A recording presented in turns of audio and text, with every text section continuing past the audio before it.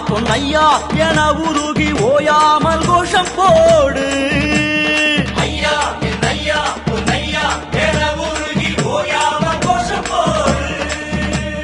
மனமாற கூறுங்கய்யா இது மலையேறும் நேரமையா. தலபாரம் இறங்கும் முன்னே நம்ம மனபாரம் இறங்குமையா. ஐயப்பான பாடு பொன்னையன தேடு பரவச வழிபாட்டிலே.